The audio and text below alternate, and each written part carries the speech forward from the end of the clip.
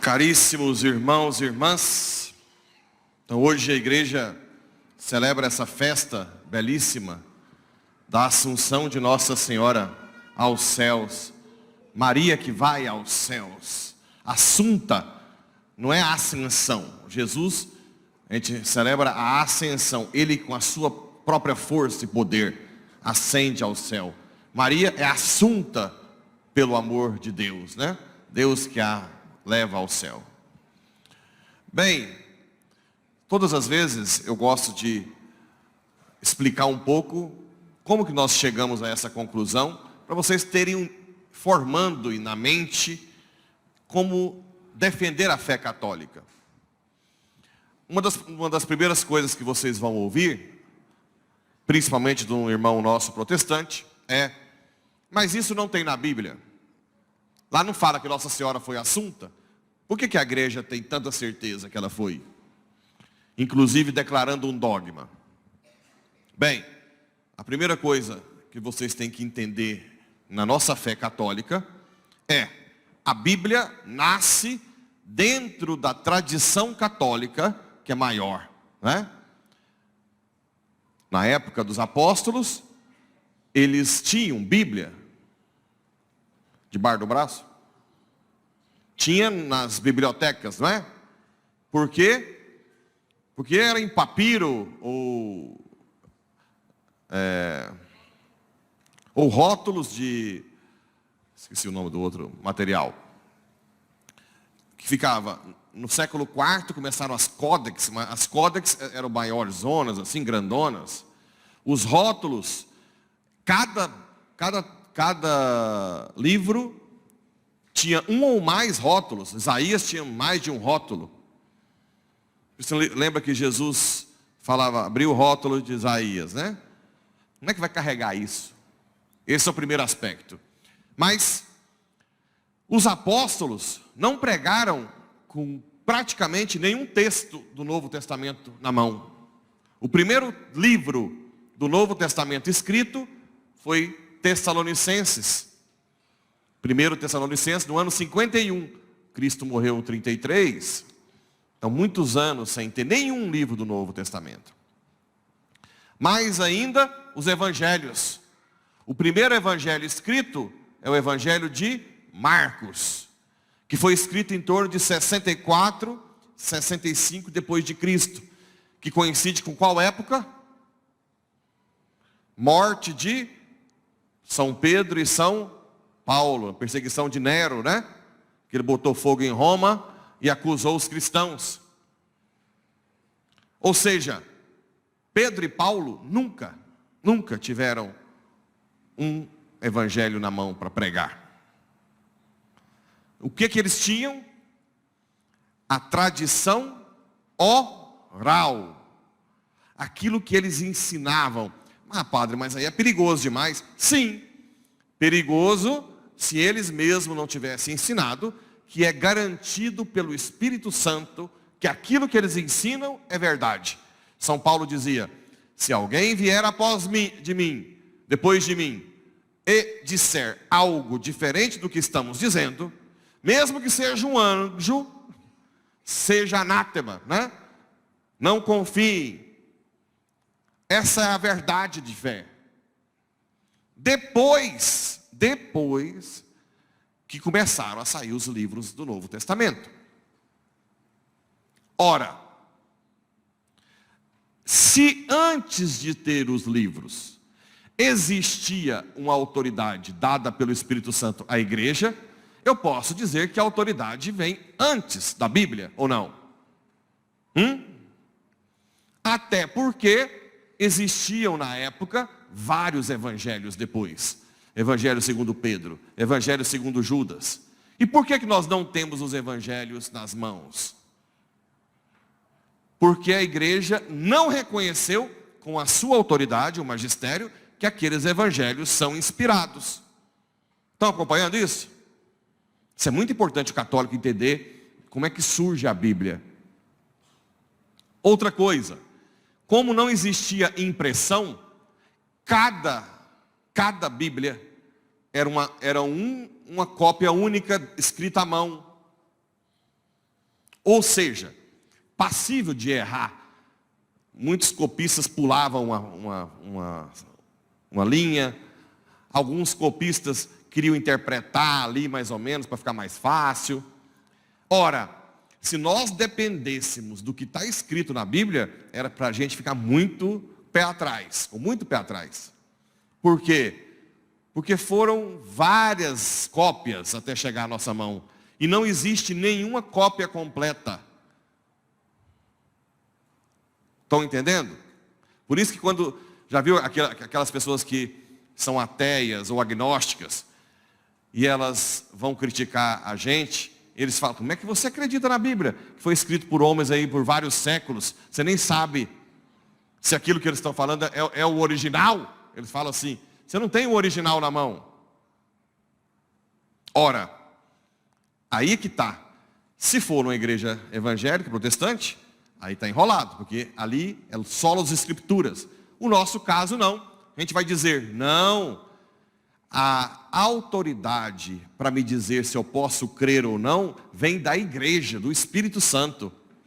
Santo Agostinho diz o seguinte, eu só creio na Bíblia, porque a igreja diz para eu crer. Eu só creio na Bíblia, porque a igreja disse, creia, senão não era para crer. Ele dizia, senão eu não ia crer na Bíblia. Essa é a fé. Por isso que Cristo não escreveu nada. Cristo não escreveu nada. Para não ficar canonizado, engessada a nossa fé.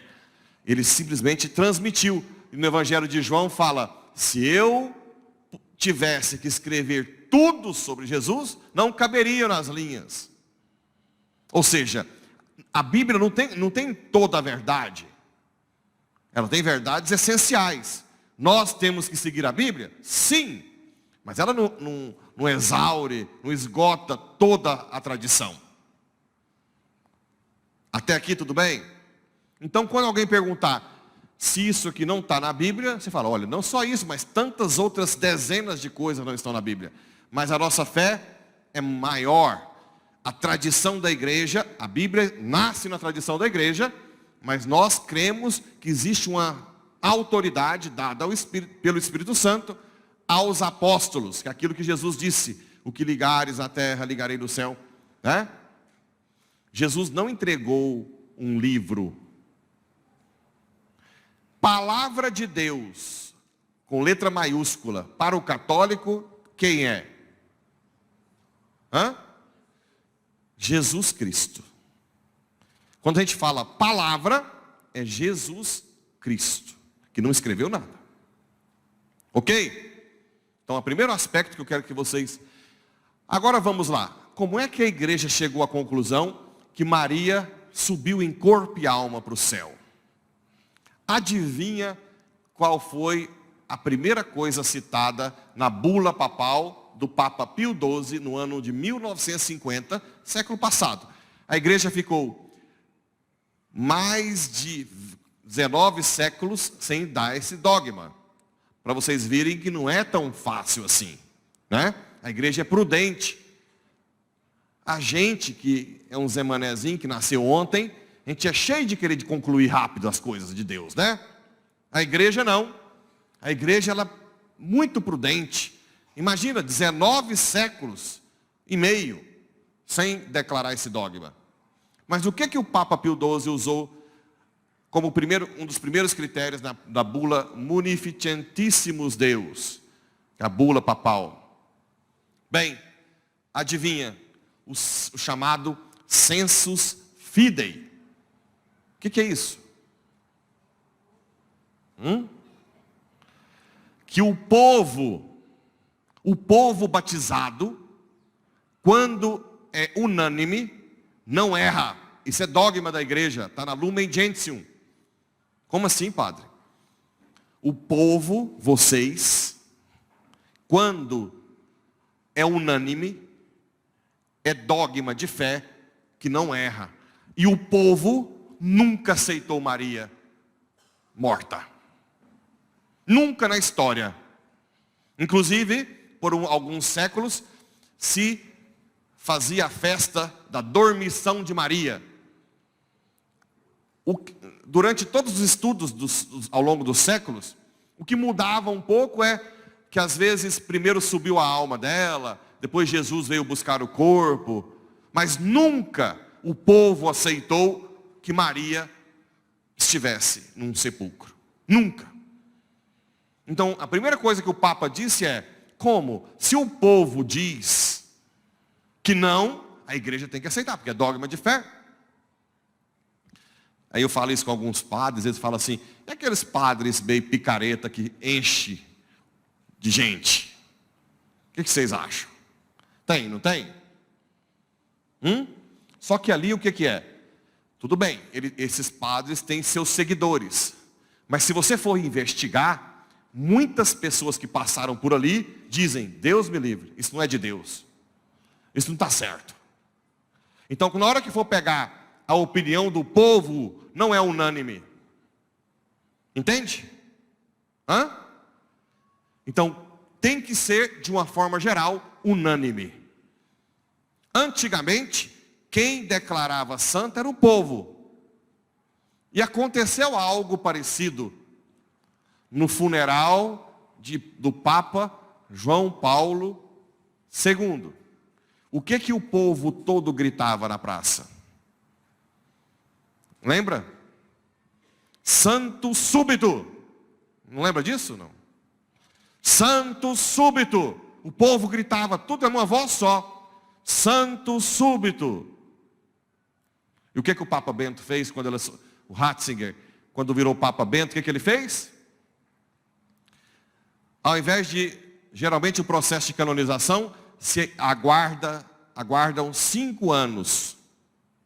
Como o povo gritou santo súbito, ele tirou os 5 anos e iniciou imediatamente o processo de canonização de João Paulo II. Porque o povo não erra. Mas veja, é essa unanimidade. Eu sei que o povo pode ser enganado, uma parte do povo, mas nunca a unanimidade do povo. Nunca. Então, a primeira coisa que o Papa olhou foi que o povo, durante os 1900 anos, nunca aceitou Maria no sepulcro. O outro aspecto foram os padres da igreja, os primeiros padres dos primeiros séculos. Lembra que até o 8º século? Como é que esses padres pregavam o evangelho? A grande maioria deles, sem exceção, não aceitava, não pregava Maria como sepultada, como se tivesse sofrido corrupção. Depois, o que mais que a igreja olhou? Os apócrifos. O que são apócrifos? Os livros que não são canônicos. Os livros que a igreja declara que não é inspirado. O que não quer dizer que não tenha verdades. O catecismo tem verdades? Maravilhosamente, cheio de pura verdade, mas não é inspirado. Ok? A Bíblia é inspirada de uma forma, essa inspiração de uma forma única. Tanto é que São Joaquim e Santa Ana, os avós de Nossa Senhora, se sabe o nome por causa dos apócrifos. Ok? Não se tem escrito o nome na Bíblia. E nós temos a festa de São Joaquim e Santa Ana. Fizemos há pouco tempo, não é? O dia dos avós. Então, os apócrifos também tinham descrições sobre a vida de Nossa Senhora, em que ela foi assunta. Inclusive, a maioria deles fala que ela foi morta no Getsemane. E depois Jesus a buscou. Outros, que ela dormiu, que não morreu. Por isso que tinha a festa da dormição. Papa João Paulo II já declarou que, como Jesus morreu, mesmo não sendo pecador, é Deus, é provável que Maria tenha também provado a morte. E depois a ressurreição. O que mais que a igreja usa? A gente chama de os argumentos de conveniência. Espera aí, que estranho. Como é que funciona? É assim. Se Deus quis poupar Maria do pecado e a tornou toda pura, ok? Toda pura. Inclusive a virgindade. Ela é virgem antes, durante e depois do parto. Essa pureza, virgindade de Maria, ela é personificação da pureza da igreja. Ora, se Deus quis poupá-la de tudo isso, como Ele iria permitir que ela fosse corrompida? No corpo corrupto, né? Seu corpo fosse deteriorado. Nunca. Até porque a igreja nunca deteriora. Por mais pecadores que nós sejamos, nós nunca somos capazes de sujar, deteriorar a igreja. Outros aspectos. Se Maria é a nova arca da aliança e Jesus a nova lei, existe uma tradição judaica em que a Torá e a arca da aliança nunca se separam. Então é conveniente que Maria e Jesus também não se separem completamente, na plenitude. Por isso que Maria vai em corpo e alma. Outra coisa que se usa, Adão e Eva sempre juntos. Ora, se Adão e Eva não se separam, é conveniente que o novo Adão, que é Cristo, e a nova Eva também estejam em plenitude no céu. Estão vendo tanta coisa? Se ela não... A outra razão está aqui. Apocalipse 12, 11 e 12. Ela, que é a personificação da igreja, vence Satanás, vence a morte. A lua debaixo dos pés quer dizer que ela venceu a morte e o pecado. Ora, se ela venceu a morte e o pecado, com toda conveniência, ela deveria estar plenamente junto com Cristo, junto com seu Filho no céu. A conveniência de ser mãe de Jesus. É conveniente que o filho leve a sua mãe. Ou não? A sua proximidade com o filho também é conveniente. Então, se junta tudo isso, tem mais coisas, né? Gênesis 3,15, o chamado proto-evangelho. Colocarei inimizade entre ti e a mulher, entre a tua descendência e a dela. Tu pisarás a cabeça da serpente. Ora, ela já foi profetizada em Gênesis que ela vencerá o mal. Ora, não tem sentido que ela continue presa na corrupção, nas consequências do pecado, né? Porque ela não teve pecado, mas as consequências, que é a morte e a corrupção do corpo. Estando com o corpo incorrupto, claro, que ela deveria ser assunta ao céu. Como é que Maria vai continuar aqui no meio de nós com o corpo glorioso? Não tem sentido.